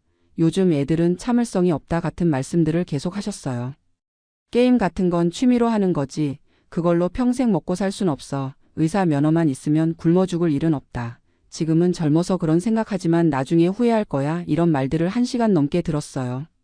그 와중에 작은 아버지께서 한 말씀이 정말 가슴에 박혔어요. 준호야, 내가 지금 하고 싶다는 그 게임 개발은 얼마나 확실한 거니? 의사는 100년 전에도 필요했고 100년 후에도 필요할 직업이야. 그런데 게임은? 유행 지나면 끝 아니야? 그때는 딱히 반박할 말이 없었어요. 게임 산업이 계속 성장할 거라는 확신은 있었지만 구체적인 근거를 제시하기는 어려웠거든요. 결국 그날은 한 번 더 생각해 보겠다는 말로 일단 마무리됐어요. 하지만 부모님과의 관계는 그 이후로 계속 어색해졌어요. 미국행 결심. 2018년 겨울 저는 혼자서 정말 많은 고민을 했어요. 도서관에서 프로그래밍 책들을 읽으면서도 의학 수업을 들으면서도 계속 생각했죠. 내가 정말 어떤 삶을 살고 싶은가? 그러던 중 온라인에서 미국에서 게임 개발자로 일하고 있는 한국인 선배의 글을 읽게 됐어요. 실리콘밸리에서 근무하는 분이었는데 연봉이 하나로 1억 5천만 원 정도 된다고 하시더라고요. 게다가 워라밸도 좋고 창의적인 환경에서 일할 수 있다는 내용이었어요. 그때 처음으로 미국에 가볼까? 라는 생각이 들었어요. 한국에서는 부모님 기대와 사회적 시선 때문에 제 꿈을 펼치기 어려울 것 같았거든요. 마침 대학교에서 교환학생 프로그램을 진행하고 있었어요. 미국 캘리포니아에 있는 한 주립대학과 협정을 맺고 있었는데 1년 동안 그쪽에서 공부할 수 있는 기회였어요. 처음에는 부모님께 교환학생 이야기를 꺼내기가 정말 어려웠어요. 어차피 의대를 그만두고 싶어하는 아들이 미국까지 가겠다고 하면 얼마나 반대하실지 뻔했거든요. 하지만 2019년 2월 용기를 내서 말씀드렸어요. 미국에 가서 1년 동안 공부해보고 싶어요. 의학도 미국에서 배우면 더 좋은 기회가 있을 수도 있고요. 다행히 의학 공부를 위한 것이라고 포장해서 말씀드려서인지 부모님께서도 처음보다는 긍정적으로 들어주셨어요. 미국에서 공부하면 나중에 더 좋은 의사가 될 수 있을지도 모르겠네 하시면서요. 하지만 제 속마음은 달랐어요. 미국에 가서 컴퓨터 사이언스 수업을 들으면서 본격적으로 프로그래밍을 배우고 가능하다면 아예 전공을 바꿀 생각이었거든요. 미국에서의 새로운 시작. 2019년 8월 드디어 미국 캘리포니아에 도착했어요. UC 데이비스라는 학교였는데 정말 캠퍼스가 넓고 아름다웠어요. 한국과는 완전히 다른 분위기였죠. 처음 한 달은 정말 힘들었어요. 영어도 생각보다 많이 부족했고 문화 차이도 크게 느껴졌거든요. 특히 수업 방식이 완전히 달랐어요. 한국에서는 교수님이 일방적으로 강의하시면 학생들이 받아 적기만 했는데 미국에서는 학생들이 적극적으로 토론하고 질문하는 분위기였어요. 하지만 컴퓨터 사이언스 수업을 처음 들었을 때의 그 짜릿함은 지금도 잊을 수 없어요. 인트로덕션 투 프로그램 나밀리미터 잉그램이라는 수업이었는데 첫 시간부터 정말 재미있었어요. 교수님이 여러분이 만든 코드로 세상을 바꿀 수 있습니다 라고 하시는 말씀을 들었을 때 온몸에 전율이 흘렀어요. 그 학기에 저는 몰래 컴퓨터 사이언스 수업을 5개나 신청했어요. 정식으로는 의학 예비과정 수업들을 들었지만 청강이나 온라인으로 프로그래밍 관련 수업들을 최대한 많이 들었죠. 특히 게임 디벨로프먼트 수업을 들었을 때는 정말 행복했어요. 유너티 엔진을 사용해서 3D 게임을 만드는 수업이었는데 처음으로 이게 내가 평생 하고 싶은 일이구나 라는 확신이 들었어요. 수업 과제로 간단한 슈팅 게임을 만들었는데 교수님이 정말 창의적이고 완성도가 높다고 칭찬해 주셨어요. 그 말을 들었을 때 정말 뿌듯했죠. 하지만 부모님께는 여전히 솔직한 말씀을 드릴 수 없었어요. 한 달에 한 번씩 영상통화를 할 때마다 의학 수업 잘 듣고 있어. 미국 병원 시스템 견학도 갔어. 이런 식으로 둘러댔어요. 거짓말을 할 때마다 마음이 무거웠지만 부모님께서 실망하실 모습을 생각하면 차마 진실을 말할 수가 없었어요. 전공 변경의 순간. 2019년 12월 1학기가 끝날 무렵 정말 중요한 기회가 찾아왔어요. 제가 수업 과제로 만든 게임을 본 교수님께서 현지 게임 회사와 연결해 주신 거예요. TCHFLOW 게임즈라는 작은 스타트업이었는데 모바일 게임을 전문으로 만드는 회사였어요. 그곳에서 겨울방학 동안 인턴십을 할 기회를 주겠다고 하시더라고요. 처음에는 정말 망설였어요. 만약 부모님께서 알게 되시면 어떻게 될까 싶어서요. 하지만 이런 기회가 언제 또 올지 모르겠다는 생각에 용기를 내서 지원했어요. 인턴십 첫날 회사 분위기에 정말 놀랐어요.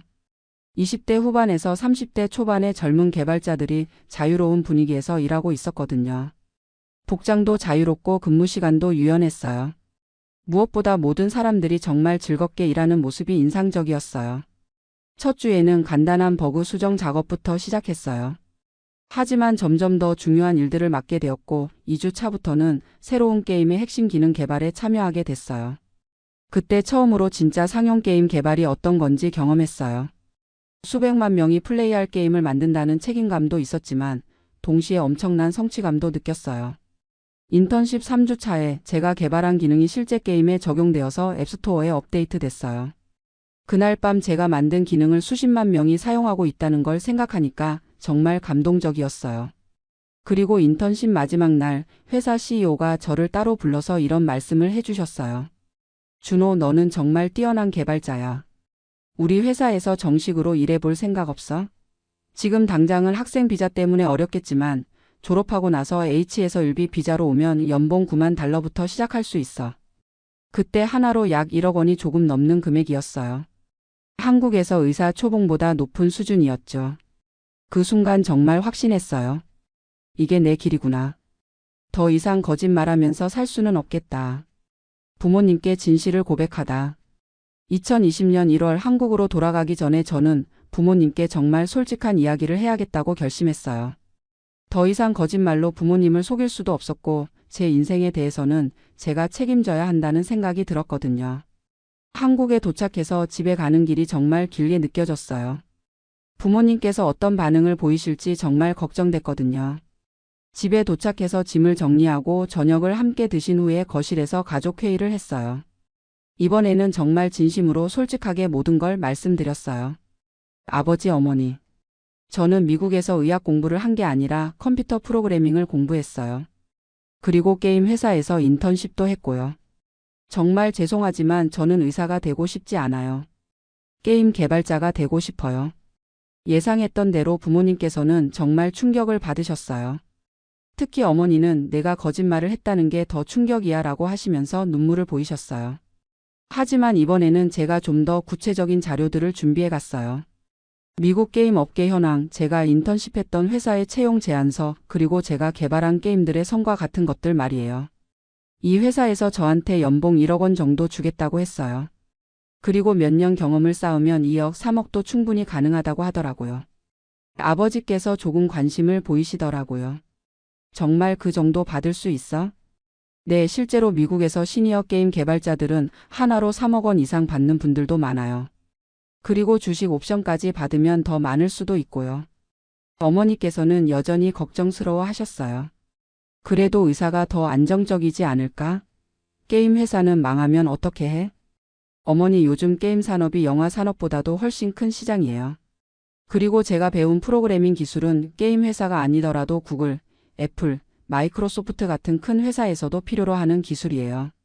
그날 밤 정말 오랫동안 대화했어요. 부모님께서도 처음에는 반대하셨지만 제가 준비해간 자료들을 보시고 점점 이해해 주시기 시작하셨어요. 특히 아버지께서 내가 정말 행복하게 할 수 있는 일이라면 지지해주고 싶다고 말씀해 주셨을 때 정말 감동받았어요. 하지만 어머니께서는 마지막까지 걱정하셨어요. 그래도 미국은 너무 멀잖아. 너 혼자 그 먼 곳에서 어떻게 살아? 괜찮아요, 어머니. 요즘은 영상통화도 있고 1년에 한두 번은 한국에 들어올 수 있어요. 그리고 제가 성공하면 부모님도 미국에 놀러 오실 수 있잖아요. 다시 미국으로.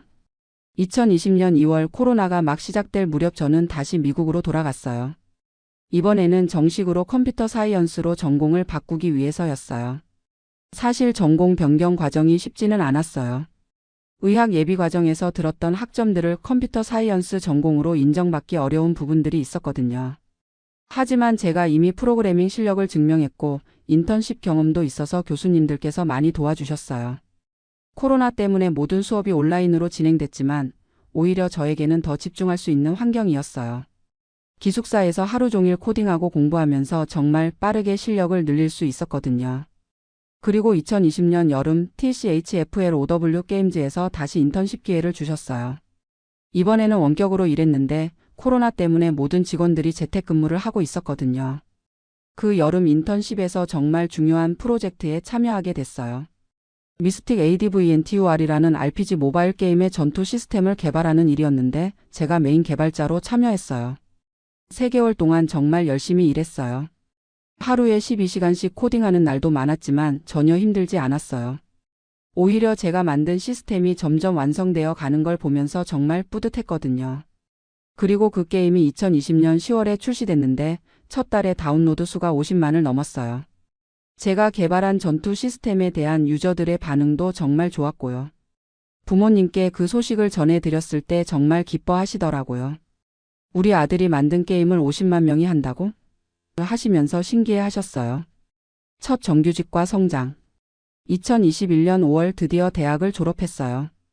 컴퓨터 사이언스 학사 학위를 받았는데 성적도 3.8로 꽤 좋았어요. 그리고 졸업과 동시에 TCHFLOW 게임즈에서 정식 채용 제안을 받았어요. 연봉은 9만 5천 달러였어요. 하나로 약 1억 1천만 원 정도였죠. 23살 나이에 받기에는 정말 괜찮은 금액이었어요. 하지만 비자 문제가 있었어요.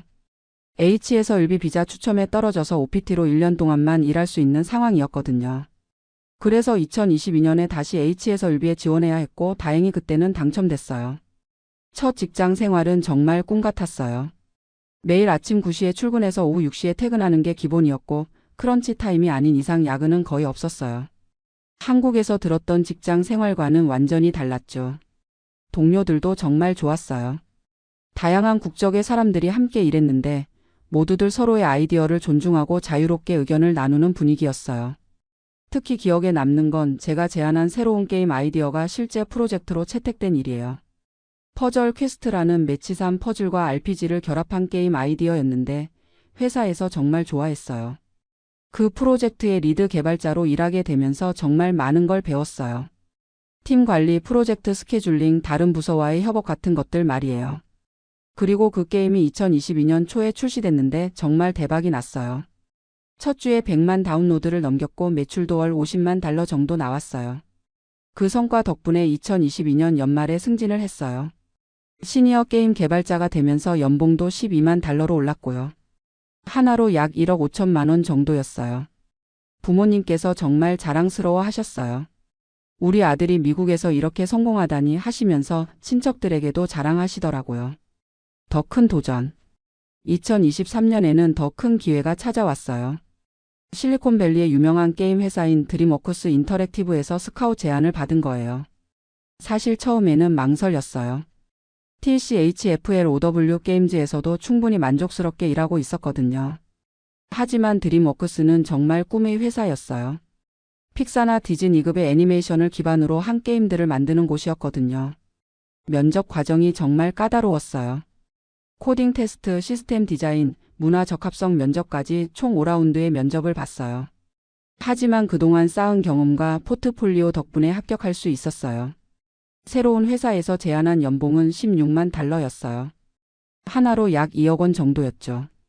그리고 주식 옵션까지 포함하면 연간 20만 달러 정도의 가치가 있다고 했어요. 2023년 3월에 이직했는데 정말 다른 세상이었어요. 구글이나 애플처럼 복리후생이 정말 좋았거든요. 무료 점심, 헬스장, 마사지, 세탁 서비스까지 회사에서 모든 걸 제공해줬어요. 무엇보다 함께 일하는 동료들의 수준이 정말 높았어요. 전 세계에서 온 최고의 개발자들과 함께 일하면서 정말 많이 배웠어요. 제가 담당하게 된 프로젝트는 How to TRAIN, 요 디아레이그램한 애니메이션을 기반으로 한 오픈월드 모바일 게임이었어요. 드래곤을 키우고 함께 모험을 떠나는 게임이었는데 정말 재미있는 프로젝트였어요. 현재의 성공과 행복.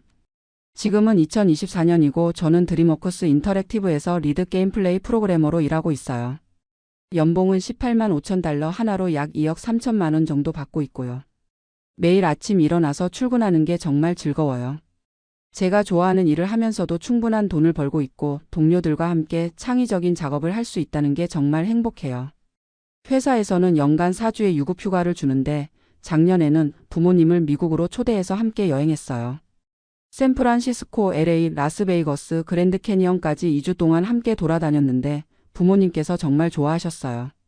미국이 이렇게 좋은 곳인 줄 몰랐네. 우리 아들이 여기서 이렇게 잘 살고 있다니 정말 뿌듯하다고 하시면서 눈물을 보이시더라고요. 그리고 제가 사는 아파트를 보시고도 정말 놀라셨어요. 샌프란시스코 다운타운에서 30분 거리에 있는 2베드룸 아파트인데 월 렌트가 3천 달러 정도 해요. 한국 돈으로 월세 350만 원 정도인데 제 수입으로는 충분히 감당할 수 있는 수준이에요. 부모님께서는 내가 혼자서 이런 좋은 집에서 살다니 하시면서 정말 신기해 하셨어요. 한국과 미국의 차이. 이제 미국에서 5년 정도 살아보니까 한국과의 차이점들이 정말 많이 보여요. 특히 일하는 문화에서 차이가 크죠. 미국에서는 정말 개인의 창의성과 의견을 존중해줘요. 나이나 경력에 상관없이 좋은 아이디어가 있으면 언제든 제안할 수 있고 실제로 그게 채택되는 경우도 많아요. 회사에서 회의할 때도 완전히 달라요. 한국에서는 위계질서가 있어서 아래 사람이 위 사람 의견에 반대하기 어렵잖아요. 하지만 미국에서는 인턴이라도 CEO의 아이디어에 대해 이 부분은 다르게 생각합니다 라고 말할 수 있어요. 워라밸 문화도 정말 다르죠. 저희 회사는 오후 6시 이후에는 업무 관련 메시지를 보내지 않는 게 원칙이에요. 주말에도 마찬가지고요. 처음에는 적응이 안 됐는데 지금은 이 문화가 정말 좋아요. 그리고 실패에 대한 인식도 다르죠. 한국에서는 실패하면 큰 타격이 되는 경우가 많은데 미국에서는 실패를 경험이라고 생각해요. 실제로 제가 처음 맡은 프로젝트 중에 실패한 게 있었는데 회사에서는 그 경험을 통해 뭘 배웠는지에 더 관심을 가지더라고요. 물론 미국 생활이 모든 면에서 좋은 건 아니에요. 의료비는 정말 비싸고 한국 음식이 그리울 때도 많아요. 그리고 가족과 떨어져 있다는 외로움도 있고요. 하지만 전반적으로는 제 선택에 대해 후회하지 않아요. 오히려 더 일찍 결정했으면 좋았을 거라는 생각도 들어요. 한국 의료계 상황을 보며 최근에 한국 의료계 상황을 뉴스로 보면서 정말 복잡한 감정이 들었어요. 의대 정원 확대 문제로 전공의들이 파업하고 의대생들이 휴학하는 상황을 보니까 내가 그때 그만둔 게 정말 잘한 선택이었구나 하는 생각이 들더라고요. 사실 제가 의대를 다닐 때도 이미 의료계 내부의 문제들이 많이 보였어요. 과도한 경쟁, 긴 수련 기간, 의료사고에 대한 부담감 같은 것들 말이에요. 그리고 지금 한국 의료계를 보면 의사가 되어도 정말 행복할 수 있을지 의문이 들어요. 물론 사회적 지위나 수입은 안정적이겠지만 정말 본인이 원하는 삶을 살 수 있을까 싶거든요. 반면에 저는 미국에서 제가 정말 좋아하는 일을 하면서도 충분한 수입을 얻고 있어요. 그리고 무엇보다 제 일에 대한 자부심과 행복감이 있어요. 매일 아침 일어나서 오늘 어떤 재미있는 걸 만들어 볼까? 생각하면서 출근할 수 있다는 게 정말 큰 행복이에요. 부모님께 드리고 싶은 말. 이제 정말 부모님께 드리고 싶은 말씀이 있어요. 아버지, 어머니 그동안 정말 고생 많으셨어요. 저를 의대에 보내기 위해서 얼마나 많은 희생을 하셨는지 잘 알고 있어요. 그리고 제가 갑자기 다른 길을 선택한다고 했을 때 얼마나 당황스러우셨을지도 이해해요. 하지만 지금 와서 생각해보니 부모님께서 저를 사랑하는 마음으로 반대하셨던 것도 맞다고 생각해요. 당시에는 게임 개발이라는 분야가 얼마나 안정적인지, 얼마나 미래가 있는지 확신하기 어려웠으니까요.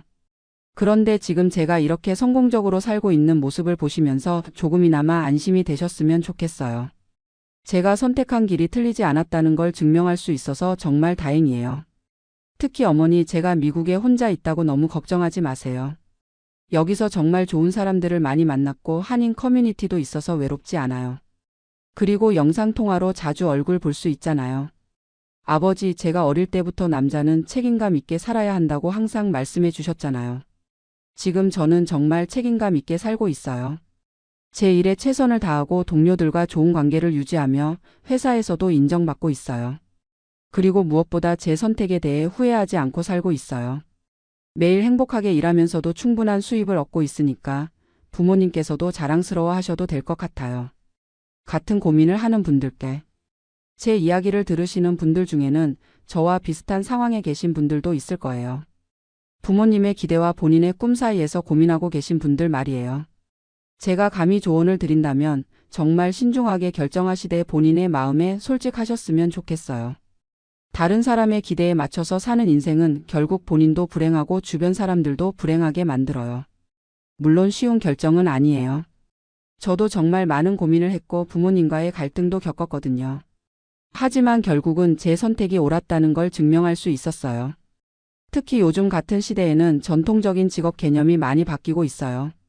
IT 분야뿐만 아니라 창작, 콘텐츠, 서비스업 등 다양한 분야에서 성공할 수 있는 기회들이 많아졌거든요. 그리고 글로벌 시대에는 꼭 한국에서만 살아야 한다는 고정관념도 버리셨으면 좋겠어요. 미국, 캐나다, 유럽 등 다양한 나라에서 본인의 꿈을 펼칠 수 있는 기회들이 많아요. 물론 해외 생활이 쉬운 건 아니에요. 언어 장벽, 문화 차이, 가족과의 분리 같은 어려움들이 있어요. 하지만 그런 어려움들을 극복하고 나면 정말 값진 경험과 성장을 얻을 수 있어요. 미래에 대한 계획.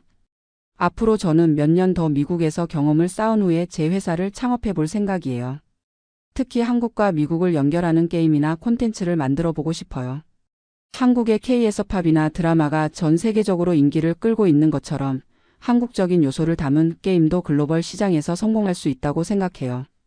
그리고 나중에 성공하면 한국에도 지사를 만들어서 한국의 젊은 개발자들에게도 기회를 주고 싶어요. 저처럼 꿈을 가지고 있지만 기회가 없는 분들에게 말이에요. 물론 아직은 꿈 단계이지만 지금까지 이루어온 것들을 보면 충분히 가능하다고 생각해요. 그리고 30대 중반쯤에는 결혼도 하고 싶어요. 미국에서 만난 좋은 사람과 가정을 꾸리고 부모님께 손주도 안겨드리고 싶고요. 마지막 인사. 긴 이야기를 들어주셔서 정말 감사해요. 제가 이렇게 제 이야기를 털어놓는 이유는 같은 고민을 하고 계신 분들께 조금이나마 도움이 되었으면 하는 마음에서예요. 부모님의 기대와 본인의 꿈 사이에서 고민하고 계신 분들, 해외에서 새로운 도전을 생각하고 계신 분들, 전통적인 안정보다는 본인만의 길을 찾고 싶으신 분들께 제 경험이 참고가 되었으면 좋겠어요. 물론 제 선택이 모든 사람에게 맞는 건 아니에요. 각자의 상황과 성향에 따라 다른 선택을 해야 할 수도 있고요. 하지만 중요한 건 남의 시선이나 기대에 맞춰서가 아니라 정말 본인이 행복할 수 있는 길을 선택하는 거라고 생각해요. 그리고 한국에 계신 우리 부모님께도 다시 한번 말씀드리고 싶어요. 정말 사랑하고 감사하고 있어요. 비록 물리적으로는 멀리 떨어져 있지만 마음만은 항상 부모님 곁에 있다는 걸 알아주세요. 앞으로도 더욱 열심히 살면서 부모님께서 자랑스러워 하실 수 있는 아들이 되겠어요. 그리고 꼭 성공해서 부모님께 편안한 노후를 제공해 드리고 싶어요. 올해 크리스마스에는 꼭 한국에 들어가서 부모님과 함께 시간을 보낼 예정이에요. 그때 또 제 성장한 모습을 보여드릴 수 있을 거예요. 마지막으로 지금 이 이야기를 들으시는 모든 분들이 본인만의 행복한 길을 찾으시길 진심으로 응원해요. 어떤 선택을 하시든 후회 없이 최선을 다하시면 분명 좋은 결과가 있을 거예요. 정말 긴 이야기 들어주셔서 감사합니다. 여러분 모두 행복하세요.